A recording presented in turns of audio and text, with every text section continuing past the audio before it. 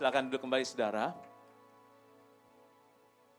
Oh iya, mungkin saya perlu memberitahu bahwa Bapak Saudara, bahwa bangku yang di depan itu boleh diisi saudara. Dulu kami memang hamba Tuhan dan gembala itu duduk di sebelah sini paling depan. Tetapi saya ditaruh di dalam hati kami bahwa sebetulnya jemaat juga lebih penting gitu. Jadi kami geser ke sebelah sana, jadi jemaat bisa mengisi.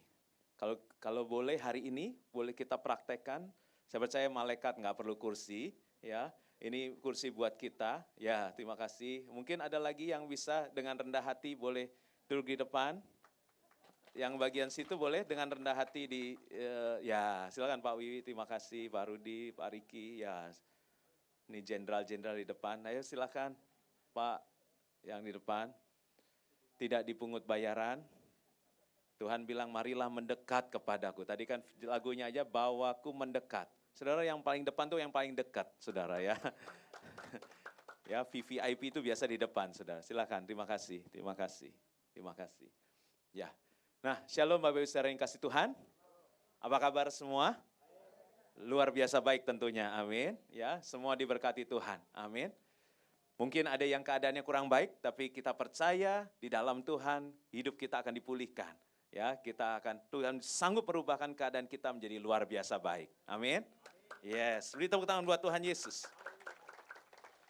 Hari ini saya mau bicara sesuatu yang basic sebetulnya, satu dasar dalam hidup kekristenan kita, yaitu mengenai doa, saudara. Saya percaya semua orang tahu tentang doa, semua orang setiap hari, bahkan mungkin sehari beberapa kali kita berdoa. Tetapi saya diberkati sekali dengan ayat ini, dan mungkin semua saudara juga tahu tentang doa Bapa kami. Ya. Di situ Tuhan bilang, kalau berdoa jangan bertele-tele katanya. Ya. Nggak usah bertele-tele karena Tuhan tahu apa yang kita butuhkan sebelum kita berdoa. Tuhan tahu hati kita, Tuhan tahu segalanya tentang kita. Karena itu Tuhan mengajarkan satu doa, yaitu doa Bapa kami. Saudara, saya seringkali dan mungkin setiap saat saya berdoa saya sisipkan, saya menaikkan doa Bapa kami, baik doa secara pribadi, bersama keluarga atau di dalam gereja pun, saya seringkali mengajak kita berdoa Bapa kami, saudara. Kenapa saudara itu penting? Karena ternyata dalam doa yang di Matius 6 ayat 9 sampai 13 ini, kalau dihitung cuma 9, 10, 11, 12, 13, cuma 5 ayat. Kalau kita naikkan juga nggak nyampe 1 menit, saudara. Tetapi ternyata arti dari doa ini begitu dalam, arti dalam doa ini sudah mencakup dalam segenap kehidupan kita. Makanya saya rindu untuk mengajarkan, untuk share ini kepada Bapak Saudara. Mungkin ini salah satu yang dasar, yang umum, tetapi waktu kita mengerti arti dari setiap kalimat yang ada dalam doa Bapa kami ini, kita akan menaikkannya dengan penuh sungguh-sungguh dan akan ada penuh kuasa dari doa ini, saudara. Ya, mari kita lihat di Matius 6 ayat 9 sampai 13. Di ayat 9 dikatakan, karena itu berdoalah demikian. Jadi Tuhan Yesus bilang begini, berdoalah demikian, artinya pakailah doa ini.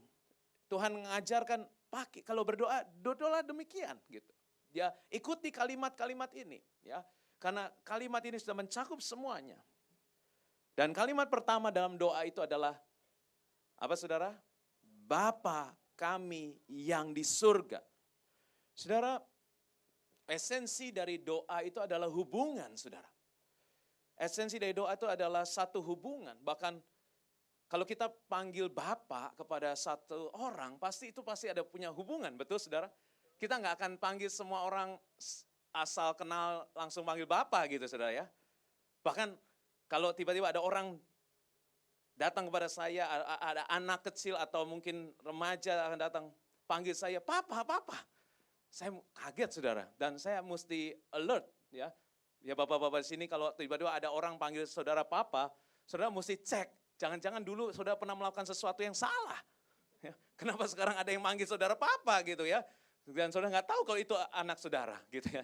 Jadi manggilan Papa nggak sembarangan. Dan saya juga nggak panggil Papa kepada seorang yang saya tidak kenal, saudara. Jadi panggilan Bapa itu pasti dihasilkan dari hubungan dan hubungan yang sangat dekat, ya.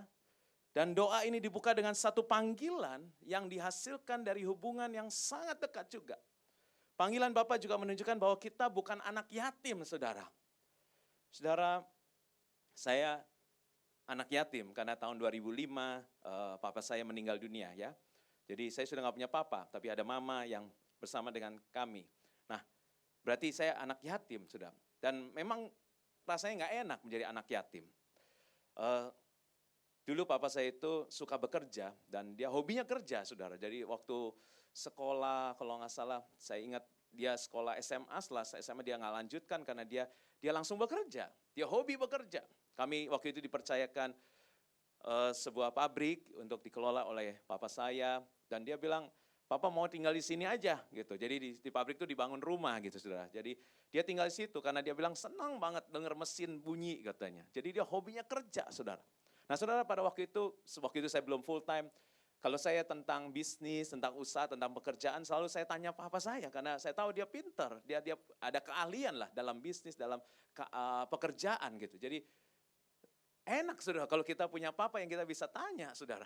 Ya sekarang dia nggak ada, ya kadang-kadang saya rasanya pengen ada share dengan seorang yang saya bisa share, apalagi kalau itu papa kita, saudara. Nah, saudara, panggilan Bapa menunjukkan bahwa kita bukan anak yatim. Saudara, saya mau share sedikit, memang ini di luar dari topik doa, tetapi nanti kita akan kembali dalam topik doa. Saya mau share tentang seorang yang namanya Ismail dalam Alkitab. Ismail ini pada waktu itu Abraham, ya itu anak Abraham, ya Abraham satu hari disuruh sama istrinya, ya untuk tidur dengan hambanya atau pembantunya. Saya pesan di sini, tolong para istri, jangan sekali-kali menyuruh suamimu tidur dengan pembantumu, saudara. Itu mau bapak orang beriman, mau tahu firman, tapi kalau yang istri nyuruh, saudara, dia nggak perlu doa lagi, dia nggak perlu tanya Tuhan lagi, pokoknya langsung sikat, saudara. Kemudian akhirnya Hagar, hamba dari Sarah itu hamil, saudara. Dan dikatakan di Alkitab, dicatat di dalam Alkitab bahwa Hagar dalam keadaan hamil itu ditindas oleh nyonyanya, si Sarah, saudara. Saudara, sepengetahuan saya, seorang wanita kalau lagi hamil, itu katanya waktu istri saya hamil itu teman-teman bilang, atau orang tua, atau orang mengatakan bahwa kalau dia hamil, lagi ngidam, dia minta apa aja harus lu kasih. Tengah malam jam 2 dia bangunin minta duren, lu mesti cari duren, gitu ya. Dia minta apa aja harus cari, karena kalau enggak nanti anaknya ngiler terus, katanya begitu, gitu ya. Saya nggak tahu, tapi puji Tuhan istri saya nggak ngidam yang aneh-aneh, saudara, waktu itu. Ya, atau kalau waktu istri kita hamil, jangan sakiti hatinya. Karena itu terkoneksi dengan anak yang dalam kandungannya. Jadi waktu istri kita lagi hamil, kalau bisa disenengin terus, happy gitu. Ada di sini yang lagi sedang hamil? Belum, nggak ada, saudara. Nah, kalau ada seperti itu, suaminya harus membahagiakan dia supaya nanti itu anak yang dalam kandungannya waktu lahir, dia akan happy juga. Jangan sampai kalau dia merasa pahit itu, nanti dia murung terus, ya. Katanya nanti lahir cembetutan terus gitu. Atau ada kepahitan dalam hatinya. Jadi ternyata dalam kandungan itu terkoneksi sangat dekat hubungan mama dengan anak dalam kandungannya. Nah, dikatakan di firman Tuhan, Ismail ini ada dalam kandungan Hagar dan dia dianiaya oleh nyonyanya. Ditekan habis sampai nggak tahan juga, kabur dia. Waktu dia kabur, malaikat Tuhan datang.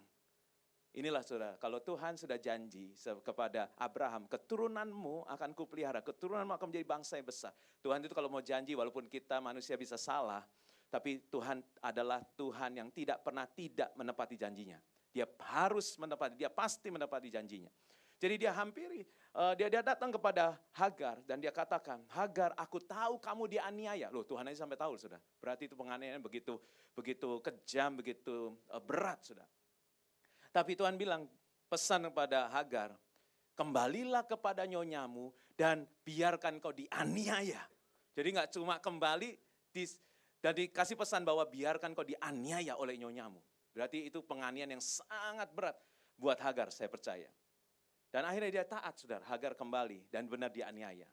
Ya, lahirlah Ismail, saudara. Ya, Ismail lahir, saya percaya Abraham happy banget. Karena dia punya anak. Berpuluh-puluh tahun mengharapkan anak, dia punya anak. Dan anak ini menjadi anak tunggal. Disayang banget sama Abraham. Ya, disayang banget. Dan bayangkan dia menjadi anak tunggal yang punya papa seorang pengusaha, seorang penguasa dalam masa itu. Dan dikatakan Abraham itu orang yang sangat kaya. Wah, dia happy banget. Ya. Selama 13-14 tahun dia menjadi anak tunggal, saudara. Bahkan dicatat Alkitab, Abraham dan Sarah itu sunat bareng, saudara. Ya, jadi saking dekat seperti itu. Begitu sayang Abraham kepada Ismail. Dan kemudian waktunya akhirnya janji Tuhan digenapi. Yaitu Ishak lahir.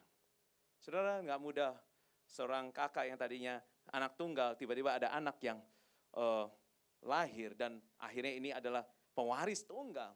Dan pasti perhatian Abraham terpecah kepada anak ini. Dan akhirnya satu hari mungkin si kakak ada rasa iri gitu, akhirnya dia bully adiknya itu. Dan pada waktu dia bully Ishak, Sarah melihat, dicatat di Alkitab, dan dia bilang sama suaminya, usir anak itu berserta ibunya. Saudara, dikatakan Alkitab buat Abraham itu nggak mudah mengusir. Bahkan dia dikatakan sangat berat pada waktu itu, hatinya menjadi tawar karena perkataan Sarah ini. Tapi Tuhan bilang, pesan sama Abraham, dengarkan istrimu, usir orang itu. Dan karena yang menjadi pewaris tunggal adalah Ishak, anak dari Sarah. Dan akhirnya dengan berat hati, saudara, saya percaya peristiwa itu sangat berat. Abraham harus melepas, mengusir, bahkan memberikan, waktu itu dia memberi bekal kepada Hagar dan anaknya Ismail, saudara. Dia pergi. Dan pada waktu itu kejadian, bekalnya habis di padang gurun, Ismail kehausan sampai hampir mati. Hagar nggak tega melihat Ismail hampir mati. Dia berjalan menjauh sepemanah jauhnya, dikatakan berarti satu panah kalau dilemparkan. Karena dia nggak bisa melihat anaknya mati. Tapi disitulah Tuhan tetap datang. Dan Tuhan bilang, ya, anak kamu gak akan mati, anak ini aku pelihara. Bahkan anak ini akan menjadi keledai liar, dikatakan. Setiap orang akan dihajar oleh dia. Ya. Karena memang ada kepahitan dalam hidupnya. Semua orang akan jadi musuhnya. Ya. Tapi dia akan jadi bangsa yang besar, saudara. Nah, saudara bayangkan seperti ini, kenapa saya share ini, karena kita tinggal di dalam negara yang mayoritas keturunan Ismail, saudara. Kita harus tahu bagaimana kita berdoa buat mereka. Karena kita tahu kebutuhan yang utama adalah mereka kehilangan kasih Bapa. Mereka adalah anak yatim. Kalau kita tahu itu, kita nggak akan marah. Justru kita yang mendapat hak seperti itu, kita harus berdoa buat mereka. Kita harus berdoa dengan kasih kepada mereka, saudara. Nah, saudara, ini sedikit saja tentang anak yatim. Kita kembali dalam doa. Dan kita bukan anak yatim. Waktu kita bisa manggil Bapa kepada Tuhan, pencipta langit bumi dan segala isinya, berarti kita bukan anak yatim, saudara.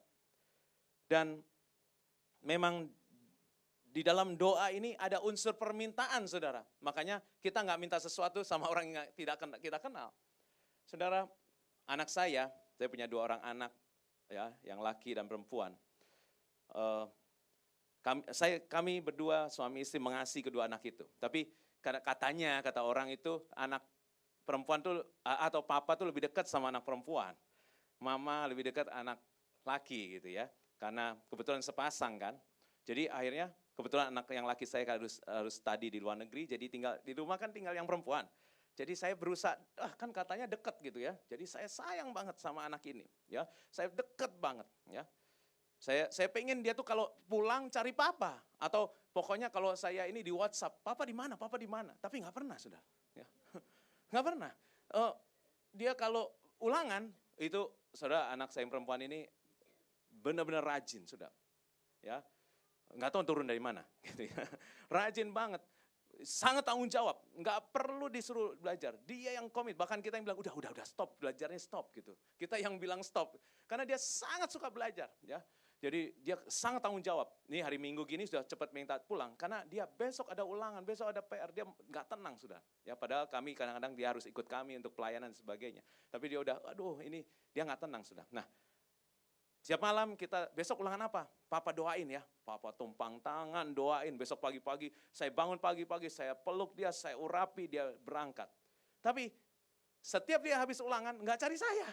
Padahal yang doain. Dia pulang, mama mana mama. Dia kalau dapat bagus dia pamernya mama. Ya, jelek pun dia bilang, aduh ma ini nggak bisa. Padahal panggil papa dong, cari papa yang doain terus gitu kan. Ya saya percaya mamanya juga doain. Cuma maksudnya cari papa. Kemudian ada masalah guru begini, dia cari mama. Ada cowok naksir dia, cari mama. Saya bilang, about boy, papa yang lebih tahu. Dia mesti tanya, papa pernah jadi boy gitu kan. Tapi enggak, dia nggak pernah cari papanya gitu. Tapi satu hari dia cari papa. Dia cari papa. Saudara tahu dia cari papa kenapa? Minta uang. Ujung-ujungnya duit.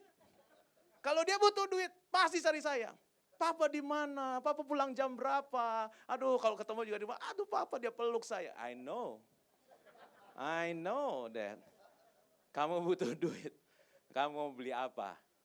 Atau kamu mau nonton konser apa? I know. Tapi saudara, waktu saya tahu dia butuh duit baru cari saya. Saya nggak pernah bilang, enyanglah engkau iblis. Romamun pergi. Gitu. Nggak pernah saudara.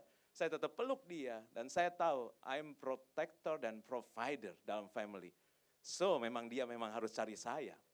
Saudara, saya dulu saya agak anti pada waktu doa itu saya nggak mau minta saudara. Ya, sama Tuhan itu harus mengucap syukur aja. Ya, tapi saya belajar sesuatu. Karena firman Tuhan bilang, mintalah maka kamu akan menerima. Ya, saya belajar waktu dengan pengalaman dengan anak ini. Oh iya ya, saya yang bapak kayak gini aja nggak pernah marah anak saya seperti itu. Anak saya yang laki, dia sekolah di luar negeri, di WA nggak pernah baca. Ya, di WA, boro-boro telepon, WA nggak pernah baca saudara ya. Istri saya kalau mau call dengan video call, saya bilang video call nggak akan diangkat. WA call aja susah, apalagi video call. Kita WA saya juga dijawab. Makanya saya bilang, ya tapi akan ada waktunya. Dia akan cari kita. Ya. Makanya saya bilang, jangan kirim per bulan, setengah bulan aja. Dan ada tanggal tertentu, dia akan cari.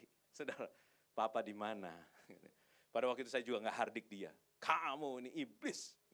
Kamu ini cari papa kalau butuh uang. Enggak, saudara. Saya tetap tolong dong, ya memang saya bilang, kalau di WA dibaca, kalau memang lagi sibuk dengan tugas-tugas bilang, Pa nanti atau Ma nanti, gitu. Saudara, saya tahu kita datang ke hadapan Tuhan ada dengan unsur permintaan, saudara. Tapi kita punya Bapa yang gak pernah menolak kita. Karena itu pembukaan ini begitu luar biasa. Makanya saudara waktu saudara panggil Bapa kita, itu menandakan kita punya Papa, kita punya bukan anak yatim. Dan kita punya hubungan yang sangat dekat. Saudara, kita nggak akan minta sekali lagi sesuatu kepada orang yang tidak kenal, betul saudara? Ada sih orang yang minta-minta pada orang yang tidak dia kenal, di lampu merah itu ada. Namanya apa? Pengemis. Ya. Dan kita bukan pengemis, kita anak. Seorang anak punya hak. Anak-anak saya punya hak minta sesuatu kepada bapaknya. Demikian juga kita diberi hak waktu kita panggil Bapa, Bapa kami yang di surga. Itu artinya ada hak yang diberikan kepada kita untuk meminta sesuatu. Dan Bapa kita selalu welcome dengan permintaan kita, saudara. Nah, itu yang kalimat yang pertama. Kemudian kalimat kedua dilanjutkan, dikuduskanlah namamu, saudara. Ya. Saudara, satu identitas Tuhan adalah kudus. Di 1 Petrus 1 ayat 16, sebab ada tertulis, kuduslah kamu sebab aku kudus. Dalam bahasa Inggris, I am holy. Saudara, Tuhan itu mempunyai banyak nama. El Shaddai, Elohim. El adalah Tuhan. Kemudian kita panggil dia Yehova. Dari Yahweh, saudara. Tetapi ada satu nama Tuhan yaitu I am holy. Saya kudus. Karena itu dia bilang dengan lembut, bukan dengan law, tapi dengan love, yaitu kuduslah kamu sebab aku kudus. Supaya ada koneksi. Karena kalau kamu nggak kudus, kita nggak bisa terkoneksi. Hubungan kita terputus. Karena itu saya selalu pesan kepada pelayan yang melayani di gereja atau mungkin yang ada di mimbar. Kita mau cara praise and worship. Kebetulan kita ada minggu anak muda, minggu orang tua. Oh ya, hari ini orang tua yang menyanyi boleh kita beri apresiasi, tepuk tangan Ibu Esther, Ibu Helen ya.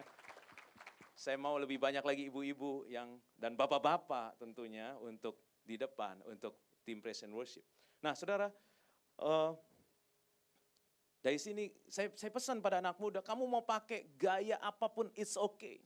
Kalau kamu mau memimpin pujian sambil nempel di atap pun plafon kalau bisa gitu kayak Spider-Man gitu atau nempel di dinding silakan.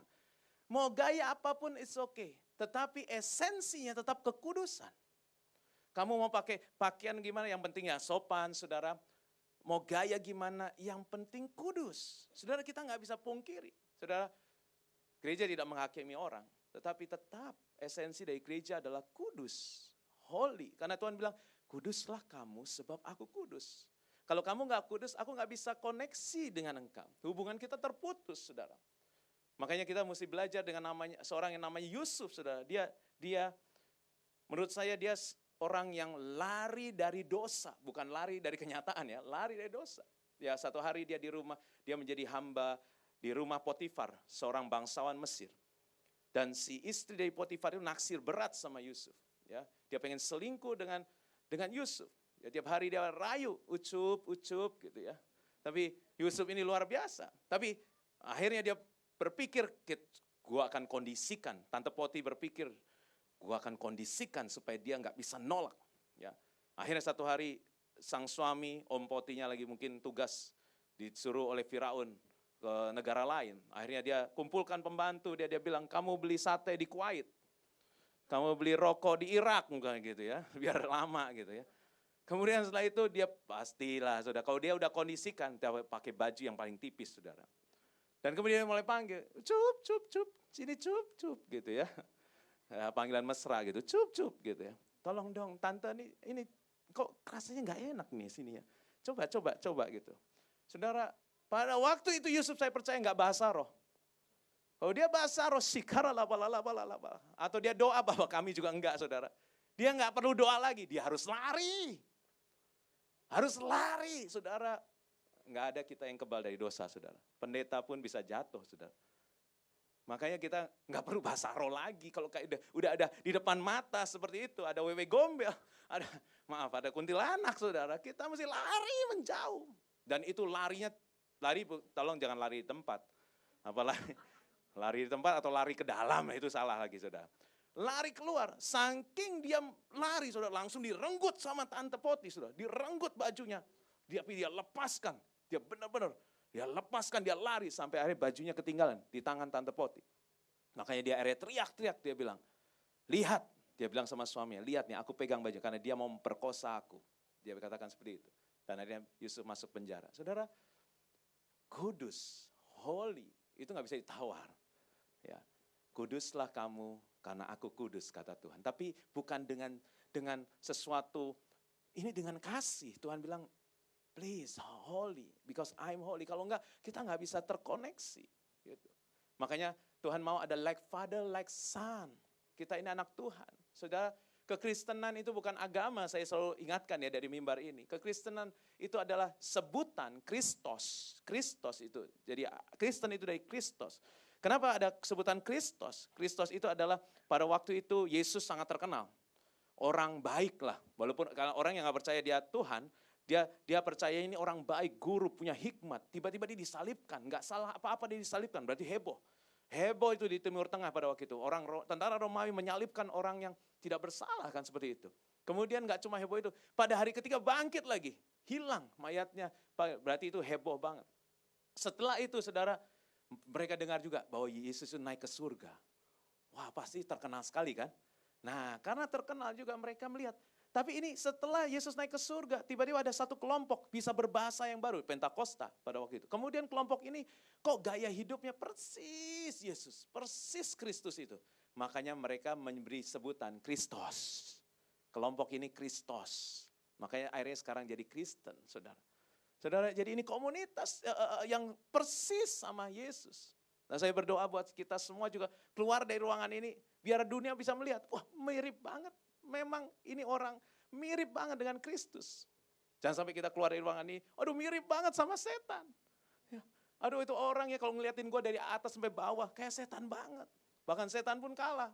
Omongannya kayak setan, tindakannya kayak setan, saudara. Saudara, biarlah kita seperti Kristus, sehingga dunia akan lihat, oh I know ini pasti adalah orang yang ikut Kristus. Mahatma Gandhi, Dia tertarik sekali dan dia diberkati oleh tulisan Tuhan Yesus, ya, dengan Alkitab. Kemudian dia pengen ke gereja. Pada waktu itu India dijajah Inggris. Dia pergi ke gereja orang Inggris, tapi dia pakai, karena dia pakai seperti kain seperti itu, nggak pakai sepatu, pakai sendal seperti itu. Ya datang, kalau orang Inggris kalau beribadah pakai jas, komplit sepatu. Pada waktu itu dia nggak boleh masuk, saudara. Dia ditolak dan dia bingung, kok nggak seperti Kristusnya? Kenapa pengikutnya nggak seperti Kristus? Kristus begitu welcome, tapi dia nggak boleh, gara-gara nggak pakai jas nggak boleh masuk, saudara. Nah disitulah saudara, akhirnya kita ini like father like son, ya, like father like son. Kemudian ayat 10 dikatakan kalimat selanjutnya adalah datanglah kerajaanmu, jadilah kehendakmu di bumi seperti di surga. Saudara, kalimat ini ada deklarasi. Kita penting harus mendeklarasikan. Seperti ini adalah perkataan deklarasi sebelum kita melanjutkan doa ini. Saudara, Salomo itu pernah ditanya Tuhan, kamu meminta apa? Ya. Kemudian Salomo pada waktu itu mintanya nggak salah. Dia bilang hikmat. Wah, tepat yang kamu minta. Akhirnya nggak cuma hikmat, ditambahin kekayaan, ditambahin juga dengan umur panjang, diberkati. Saudara, saya bayangkan nih, kalau Tuhan nanya saya gitu ya, sampai hari ini belum sih, tapi saya sudah siapkan. Kalau Tuhan kira-kira tanya saya, apa yang saya mau minta, saudara. Ada satu orang hamba Tuhan, tahun 80-an, ditanya Tuhan, kamu mau minta apa, saudara? Ya, dan dia minta jemaat, saudara. Tapi ternyata banyak jemaat bukan banyak rezeki, saudara. Banyak jemaat pusing. Akhirnya dia sempat stroke, dan jemaatnya terpecah-pecah, saudara. Bahkan GBI City of Love itu salah satu cikal bakalnya dari beliau, saudara. Dari gereja yang dibangun. Wah, jemaatnya memang banyak banget, tapi ternyata banyak jemaat pusing, saudara. Jadi saya bayangkan, saya nggak boleh, kalau sampai tiba-tiba nanti malam Tuhan datang dalam kamar saya dan dia bangunkan saya, Timothy, kamu mau minta apa? Saya harus sudah siapkan. Ternyata saya sudah tahu. Sekarang saya sudah siap. Kalau Tuhan tanya gitu. Belum ditanya juga sih, tapi saya sudah siap. Jawabannya, Tuhan saya minta intervensi. Intervensi Tuhan dalam hidup saya, dalam rumah tangga saya, dalam keluarga saya, dan juga dalam gereja yang Tuhan percayakan, dalam pelayanan saya. Saudara, intervensi itu apa? Kalau kita bisa cek di kamus, intervensi ada campur tangan. Bahkan kasarnya campur, diaduk-aduk. Ya. Intervensi Tuhan. Saudara, kenapa saya harus minta itu? Karena deklarasi ini, datanglah kerajaanmu, jadilah kehendakmu di bumi seperti di surga. Saudara, kita harus tahu awal dunia ini diciptakan. Saya pernah khotbahkan ini di The Keys of Kingdom of Heaven, tapi saya mau ingatkan kembali karena ini prinsip yang kita harus tahu. Karena kita ini orang republik. Kita nggak ngerti soal kerajaan, ya. Kita harus belajar. Ini dikatakan datanglah kerajaanmu, berarti ini prinsip kerajaan. Kita ini orang republik, demokrasi, makanya suka demo, saudara. Gereja pun di demo, saudara, ya. Tapi kerajaan nggak ada demo. Kerajaan itu absolut, ya. Dari atas, keputusan dari atas. Nah, kita perlu belajar tentang kerajaan. Nah, kerajaan surga itu pada waktu itu di awal dunia diciptakan, dikatakan marilah kita ada kesepakatan di surga, Allah Bapa, Putra dan Roh Kudus sepakat memilih bumi satu-satunya tempat untuk perluasan daerah kekuasaan surga. Karena setiap kerajaan pasti memperluas daerahnya. Demikian kerajaan surga.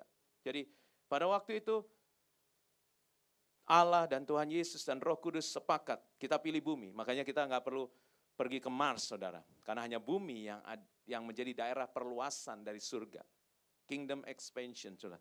Jadi perluasan surga dan bumi ini dipilih oleh Tuhan, ya. Dan kemudian Dia ciptakan manusia sebagai penguasanya. Makanya kalau kita baca di Kejadian 1 ayat 28, Allah memberkati mereka, lalu Allah berfirman kepada mereka, beranak cuculah, bertambah banyak, penuhilah bumi dan taklukkanlah itu, berkuasalah.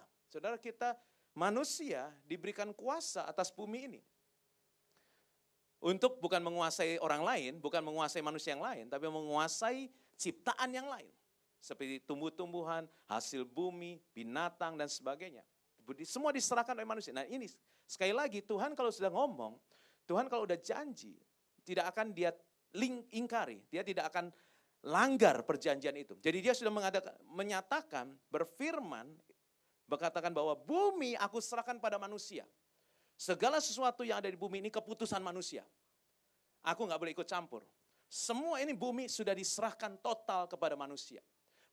Tuhan hanya melihat. Dan karena itu dia perlu, kalau dia mau melakukan sesuatu, dia perlu manusia untuk memulai sesuatu. Baru Tuhan bisa mengikuti. Karena itu salah satu contoh yang waktu itu saya sampaikan tentang waktu Tuhan mau membebaskan bangsa Israel dari Mesir, dari perbudakan di Mesir. Menurut saya Tuhan sanggup membebaskan tanpa Musa. Menurut saya Tuhan bisa melepaskan langsung. Mengirimkan tulah bahkan semua, nggak perlu Musa. Tapi kenapa Tuhan perlu manusia? Sekali lagi karena dia terikat janji. Dia sudah ngomong bahwa yang berkuasa di dunia ini manusia. Karena itu dia perlu manusia untuk melakukan bagiannya. Makanya Musa harus menghadap Firaun. Setelah dia menghadap dan karena ditolak, baru Tuhan bisa mengirimkan tulah. Karena itu Alkitab mencatat, ini harus diperhatikan. Kenapa Tuhan mengatakan gini? Tapi Tuhan mengeraskan hati Firaun. Berarti yang bikin hati Firaun gak mau melepas adalah Tuhan. Kenapa? Karena tulah 10-10 harus keluar. Makanya Musa menghadap, tapi Tuhan yang mengeraskan hati Firaun. Supaya tulah bisa dicurahkan semuanya. Karena Tuhan memang mau menghukum Mesir. Seperti itu. Nah, tetapi seperti itu, harus ada manusia yang menjalankan. Demikian juga Daud waktu mengalahkan Goliat. Saya pikir sling yang dilemparkan, batu melalui sling itu yang dilemparkan oleh Daud. Kecepatannya saya rasa tidak bisa mematikan Goliat. Goliat seorang raksasa. Nggak mungkin batu yang dilemparkan bisa membunuh. Tapi itulah sekali lagi, manusia yang dipakai oleh Tuhan. Waktu dia melemparkan kecepatan batu itu, saya percaya didorong oleh surga, makanya akan menjadi kecepatan jet. Boeing saudara itu cepat sekali. Dan itu yang membunuh Goliat. Karena kalau lemparan manusia nggak akan bisa membunuh. Tapi karena surga menunggu manusia dan waktu manusia melakukan bagiannya, surga melakukan bagiannya. Karena itu kita mesti tahu, Adam manusia pertama gagal berkuasa. Karena itu kuasanya itu dikuasai oleh iblis. Dunia ini ada dikuasai iblis. Dan harus ada turun manusia lagi. Tuhan yang menjadi manusia namanya Yesus. Ya, kenapa harus jadi manusia? Kenapa enggak Tuhan aja sebagai Tuhan menyelamatkan manusia? Karena sekali lagi dia terikat perjanjian. Hanya manusia, melalui manusia dunia ini bisa diselamatkan. Makanya manusia yang kedua namanya Yesus. Kali ini dia enggak gagal. Dia mengalahkan kerajaan maut, dia rebut kunci kerajaan maut, dan dia akhirnya berkuasa. Makanya waktu sebelum dia naik ke surga, ada ayatnya dikatakan, Yesus minta murid-murid itu mendekat kepadanya, dan dia katakan begini, segala kuasa di bumi dan di surga, sudah di tanganku sekarang, sudah diberikan kepadaku. Karena apa saudara? Karena sekali lagi, harus manusia yang memegang kendali. Karena itu saudara, doa ini, saudara, kalau kita manusia diberikan free will. Kalau kita nggak memberi izin Tuhan untuk intervensi hidup kita, Tuhan nggak akan menerobos masuk dalam hidupmu, nggak. Kecuali kita sendiri yang bilang, Tuhan, datanglah kerajaanmu, jadilah kehendakmu di hidupku, di rumah tanggaku, di bisnisku, di perusahaanku, di gereja, di pelayanan yang Tuhan percayakan. Seperti di surga. Jadi kalimat ini adalah kalimat kita memberikan izin Tuhan untuk intervensi hidup kita. Makanya kalau saya ditanya, Tuhan, kamu minta apa?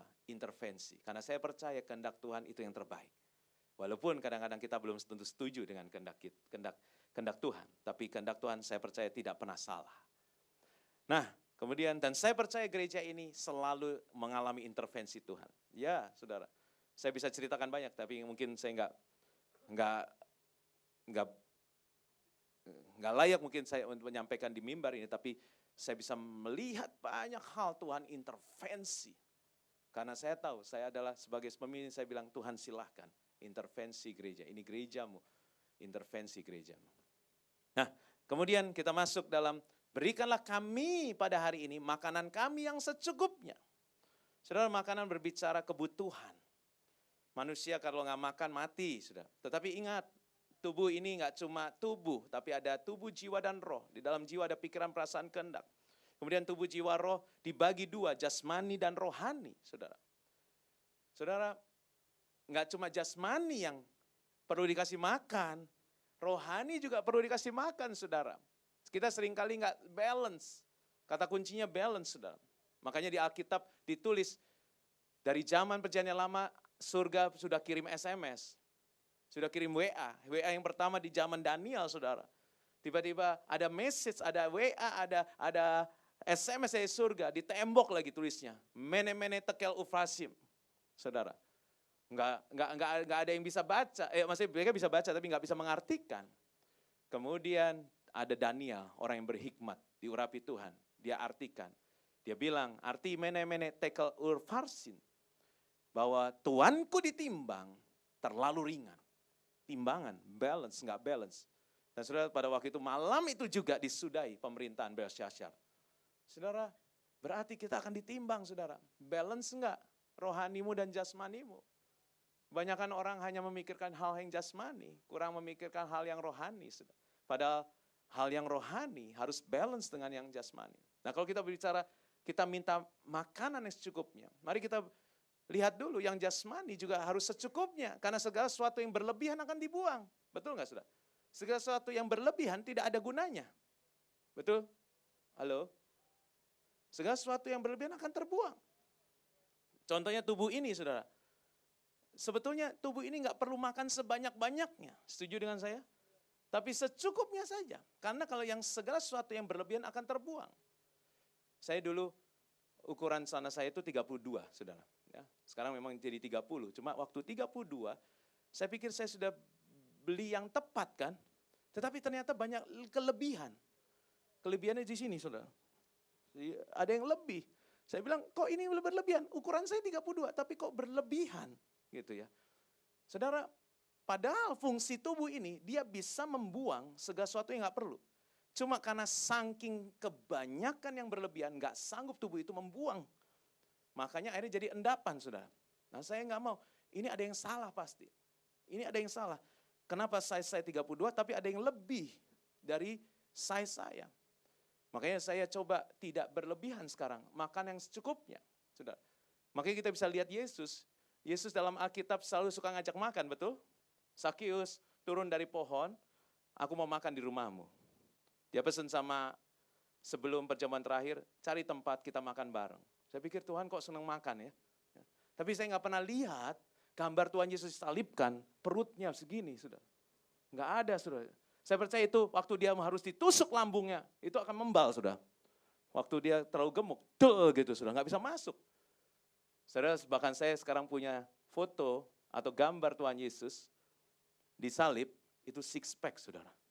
Dan itu sangat memotivasi saya, gitu, saudara. Karena kita harus menjadi seperti Kristus, betul, saudara. Jadi saya lihat itu, ya harus seperti ini. Yesus nggak pernah lihat kegemukan, nggak enak lihatnya gitu waktu begini, saudara. Dan saudara, kenapa, saudara? Karena dia makan bukan fokus sama makanan, dia makan secukupnya. Dia fellowship. Makanya waktu Sakius fellowship dengan dia, tiba-tiba dia berdiri di meja makan. Semua yang orang yang pernah kuperas akan kembalikan. Bahkan aku akan ganti berlipat kali ganda. Hartaku akan kau jual, aku bagikan pada orang miskin. Loh, dalam fellowship bisa seperti itu, saudara. Makanya betul katanya kalau orang makan, mulut terbuka, hati juga terbuka, saudara. Ya. Saudara, makanya kita diajarin ya, kalau makan itu dikunyah berapa kali, saudara? 32 kali. Berapa kali ibu makan dikunyah? 2,5 kali. 2,5 kali telan, 2,5 kali telan. Sudah, ada yang di sini yang kunyah 32 kali? Saya belajar sekarang, kunyah sambil ngobrol, lihat, istrimu dilihat gitu ya, anakmu dilihat, jangan fokus sama makanan terus. Ya, saya sekarang kalau makan sambil lihat nikmati kecantikan istri. Udah kenyang duluan, jadi udah cukup. Saudara, kunyah 32 kali itu maksudnya apa sih? Sana tubuh ini, itu saraf kita itu mengirim signal, udah makan. 32 kali itu dia mengirim signal. Dan perut kita itu akhirnya meresponi dengan, oh ya cukup. Makanya kita nggak perlu makan sebanyaknya. Orang-orang dulu bilang begini, jangan sampai terbuang, habisin, sayang. Tapi saya sekarang pesan sama anak saya, jangan dihabisin. Ya, sayang perutmu, karena perutmu bukan tempat sampah. Ya. Saya begitu, karena menurut saya, Tuhan bilang bukan soal makanan minum yang penting, tapi tubuh ini yang harus dijaga, saudara. Karena itu, kita makanan secukupnya. Nah sekarang soal rohani juga seperti itu. Maaf ya, saya sendiri mencanangkan memang, menerapkan ada 3 pasal per hari. Tapi saya lihat, lebih baik kita baca sedikit, tapi kita lakukan. Daripada kita ngejar target, tapi tidak pernah dilakukan. Saudara, rohani, segala sesuatu yang berlebihan akan terbuang dengan percuma. Tapi kalau saudara, setengah ayat aja, tapi saudara renungkan dan saudara mau lakukan, saya percaya itu akan merubahkan. Karena gereja tempat perubahan, saudara. Makanya saya katakan, firman Tuhan tidak merubah orang, saudara. Firman Tuhan tidak merubah orang. Saudara mau pasang gede-gede di kamar mandi, di rumahmu, ini rumah Tuhan. Tapi saudara nggak pernah bersekutu dengan Tuhan di rumah itu, tidak akan jadi rumah Tuhan. Tapi nggak usah tempel apa-apa di rumahmu, tapi yang penting engkau dekat dengan Tuhan. Tuhan hadir di situ. Jadi firman Tuhan tidak merubah orang, tapi firman Tuhan yang dilakukan, diaplikasikan dalam hidupmu, itu yang merubah orang. Makanya maaf, bukan berapa banyak kita jadi orang, berapa lama kita jadi orang Kristen, tapi berapa banyak kita melakukan firman Tuhan dalam kehidupan kita. Karena itu nggak perlu banyak, secukupnya, tapi lakukan. Sedikit lakukan, sedikit lakukan, sedikit lakukan. Maka hidupmu nggak akan sama lagi. Hidupmu akan dirubahkan, hidupmu akan mengalami pemulihan, hidupmu akan mengalami mujizat kesembuhan. Bahkan Amsal 23 bilang begini ya, kalau soal makanan, Amsal 23 ayat 2. Taruhlah sebuah pisau pada lehermu bila besar nafsumu. Ini kan nafsu makan berarti kan, taruh di leher. Jadi artinya Tuhan tuh sampai jagain loh. Soal makan jangan besar nafsumu soal makan. Jangan makan sebanyak-banyaknya, makanlah secukupnya, saudara. Ya. Saudara, Tuhan bilang ini, janganlah kau menjadi serupa dengan dunia ini, tapi berubahlah oleh pembaharuan budimu. Waktu kita makan sedikit firman Tuhan, kita renungkan, kita rubah hidup kita, itulah yang Tuhan mau. Sehingga kita nggak menjadi serupa dengan dunia ini. Nah kalimat selanjutnya adalah, dan ampunilah kami akan kesalahan kami. Seperti kami juga mengampuni orang yang bersalah kepada kami. Saudara, saya percaya tidak ada di antara kita yang tidak pernah berbuat dosa. Tidak ada di antara kita yang tidak luput dari kesalahan. Betul? Mana itu Tuhan bilang, minta ampun. Minta ampun. Kita perlu minta ampun. Kita perlu mengakui dosa-dosa kita di hadapan Tuhan. Tapi Tuhan ajarkan, kalau kau mau minta ampun akan kesalahanmu, kamu juga caranya adalah harus juga mengampuni orang yang bersalah kepada kamu. Di ayat 14 bilang begini, karena jikalau kamu mengampuni kesalahan orang, Bapamu yang di surga juga akan mengampuni kamu juga. Tapi jikalau kamu tidak mengampuni orang, ayat 15-nya, Bapamu juga tidak akan mengampuni kesalahanmu.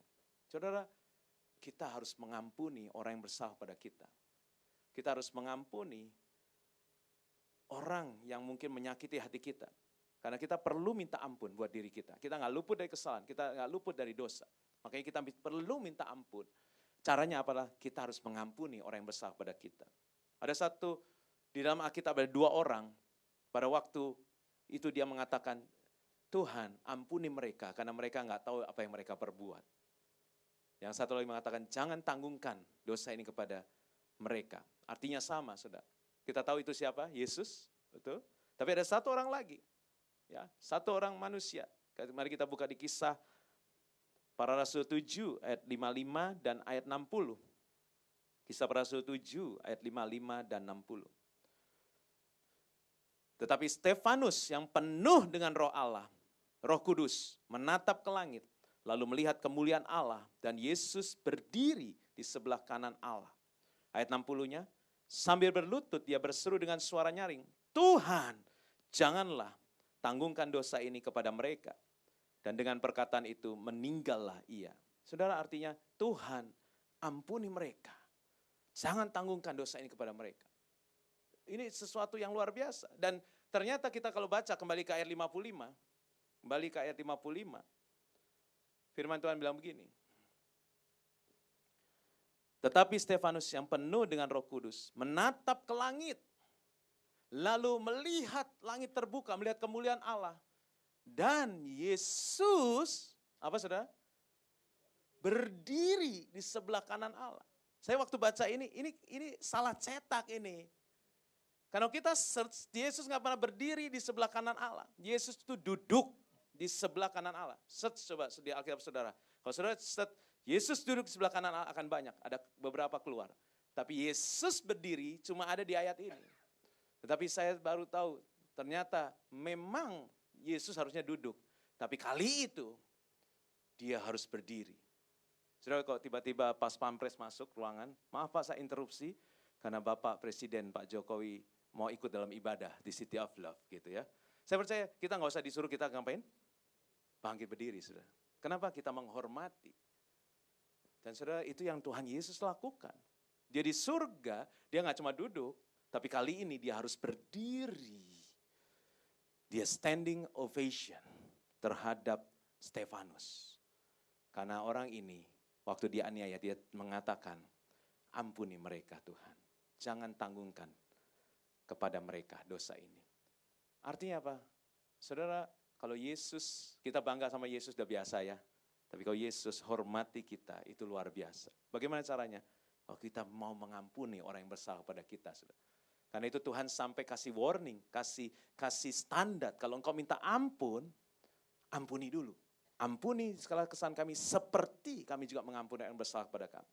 Bahkan Tuhan juga menambahkan di Matius, dikatakan begini, kalau engkau membawa persembahanmu, artinya engkau mau melayani di gereja, engkau mau membawa persembahan mungkin secara harafiah seperti itu, atau engkau mau melayani, atau engkau mau beribadah, dan engkau teringat dalam hadisat ada sesuatu dalam hati saudaramu, Tuhan bilang stop dulu, jangan memberi persembahan, jangan melayani dulu, jangan mungkin berkhotbah dulu, atau jangan menjadi WL dulu, jangan mainkan musik dulu, jangan menjadi kolektan dulu, tapi pergi berdamai dulu, bereskan dulu, baru engkau boleh kembali melakukan persembahan, membawa persembahan atau melayani kembali. Saudara, itu menurut saya standar yang tinggi yang Tuhan mau. Karena biasanya kita cuma lihat apa yang ada dalam hati kita, betul saudara? Oh gue gak suka nih sama orang ini. Dan kita bisa tes kalau kita gak suka sama seorang, kalau dia masuk dalam ruangan ini, satu ruangan, aduh kenapa dia datang? Sebel banget. Kalau enggak, kalau dia duduk sini, gue duduk sana deh. Gitu. Ya. Tapi Tuhan bilang gini, bukan yang di dalam hatimu. Standarnya bukan di dalam hatimu, tapi yang ada di dalam hati saudaramu. Aduh saudara itu gak mudah. Bahkan saya saja gak tahu apa yang dalam hati saudara. Ya. Makanya dalam kesempatan ini, bisa saja saudara ada sesuatu tentang saya. Bisa saja sesuatu bisa marah pada saya. Mungkin saja, saudara. Ya. Tetapi boleh nggak saya minta waktu sebentar juga, saya minta maaf. Saya minta mohon dimaafkan kalau saya mungkin menjadi ganjelan dalam hati saudara. Karena saya kadang-kadang nggak tahu, tapi Tuhan bilang standarnya bukan hati kamu. Hati saudaramu, ada sesuatu tentang engkau, kamu harus pergi berdamai. Karena itu pada kesempatan ini juga saya mau minta maaf, mau minta ampun, mohon dimaafkan. Kalau saya ada mungkin menyakiti hati saudara, kalau mungkin ada sesuatu dalam hatimu yang saya lakukan atau saya katakan atau saya putuskan. Ya. Karena saya juga mau berdamai supaya saya bisa layak untuk melayani. Karena saya mau layak untuk membawa persembahan di hadapan Tuhan. Ya. Nah, ini standarnya Tuhan saudara. Kemudian dikatakan, janganlah membawa kami ke dalam pencobaan, tapi lepaskanlah kami daripada yang jahat. Saudara, kita harus tahu bahwa iblis selalu mau mencoba menjatuhkan kita. Dia itu penuduh, saudara. Dia kerja bukan 24 jam lagi, dia setiap saat. Saudara, karena itu ada ayatnya kan 1 Petrus 5 ayat 8. 1 Petrus 5 ayat 8. Sadarlah dan berjaga-jagalah lawanmu si iblis, berjalan keliling sama seperti singa yang mengaum-ngaum dan mencari orang yang dapat ditelannya. Saudara, iblis itu terus mengitari kita. Dia penuduh. Dia di hadapan Tuhan, dia akan tuduh kita. Karena dia sangat sirik sama kita. Dia sangat sirik. Kenapa saudara? Saudara jatuh bangun dalam dosa kan? Saudara minta ampun langsung diampuni. Dia iri hati, dia bilang, aku cuma salah sekali sudah dibuang. Aku salah sekali Tuhan sudah buang aku. Tapi engkau, kamu orang ya, jatuh bangun tetap Tuhan terima. Makanya dia sirik habis saudara. Ya. Makanya dia terus menuduh saudara. Dia terus berjalan keliling pada. supaya saudara jatuh, supaya saudara, makanya kita perlu berjaga-jaga dan berdoa itu penting, saudara. Karena siapapun, kita nggak luput dari godaan, kita nggak luput dari, kalau kita nggak berjaga-jaga, kita bisa jatuh.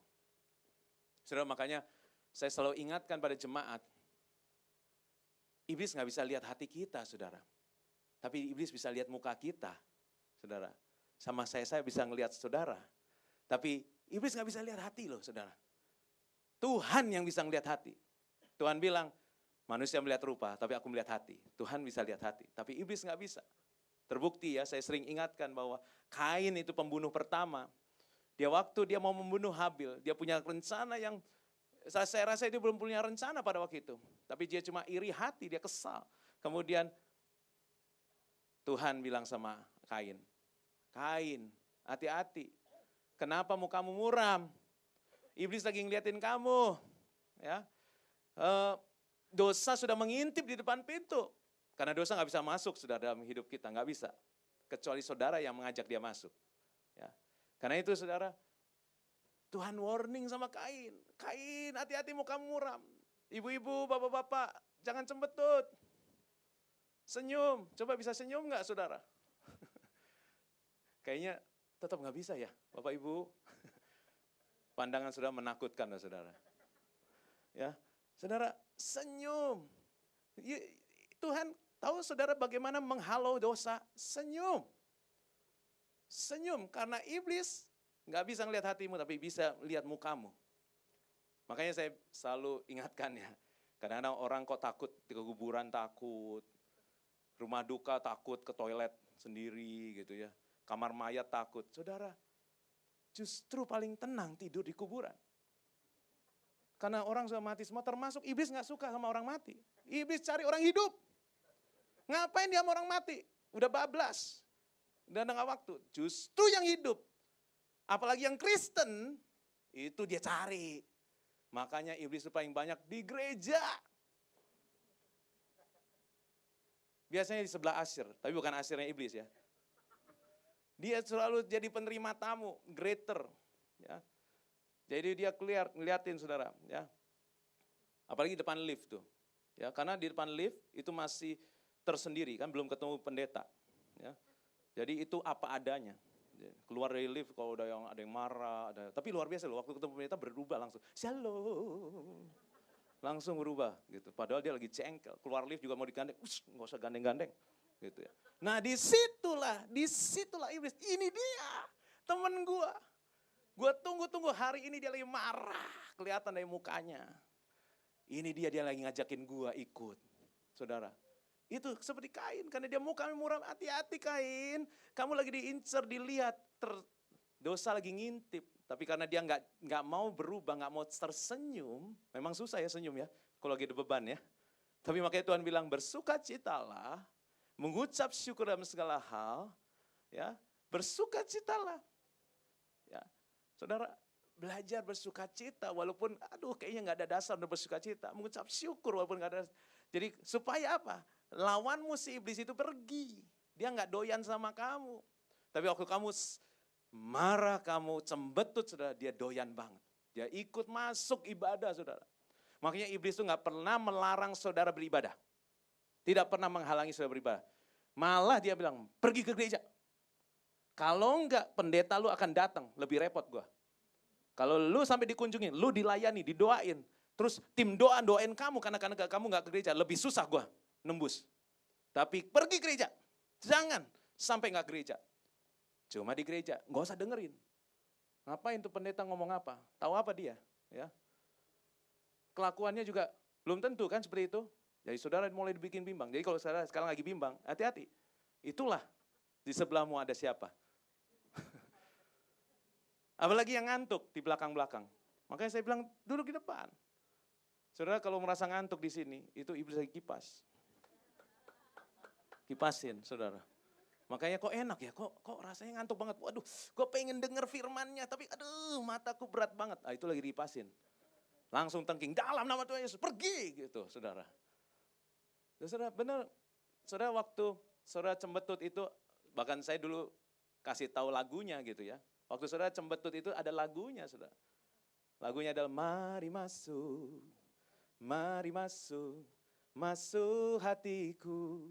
Ya setan, datang sekarang, datang dan tinggal di dalam hatiku ya setan. Itu ada lagunya saudara. Kalau saudara murung, saudara mukanya muram, itu ada undangan buat setan saudara. Makanya Tuhan bilang, mari kepadaku yang letih, lesu, beban berat. Aku harus beri kelegaan, jiwamu akan mendapat ketenangan. Bersukacita, bersukacita. Karena lawanmu sedang mengincar engkau, saudara. Makanya saudara kita perlu doa, bilang begini, Tuhan, janganlah membawa kami dalam pencobaan, tapi lepaskanlah kami daripada yang jahat. Karena dia bukan Tuhan saja yang tidak tidur, iblis juga nggak tidur, saudara. Waktunya sudah sangat singkat, dan dia bilang harus banyak yang ikut sama gua. Gua gak mau di neraka sendirian. Aku harus banyak. Dan dia kerja keras. Bukan di luar gereja, tapi dia kerja keras. Justru cari orang Kristen. Orang yang punya iman kepada Tuhan Yesus.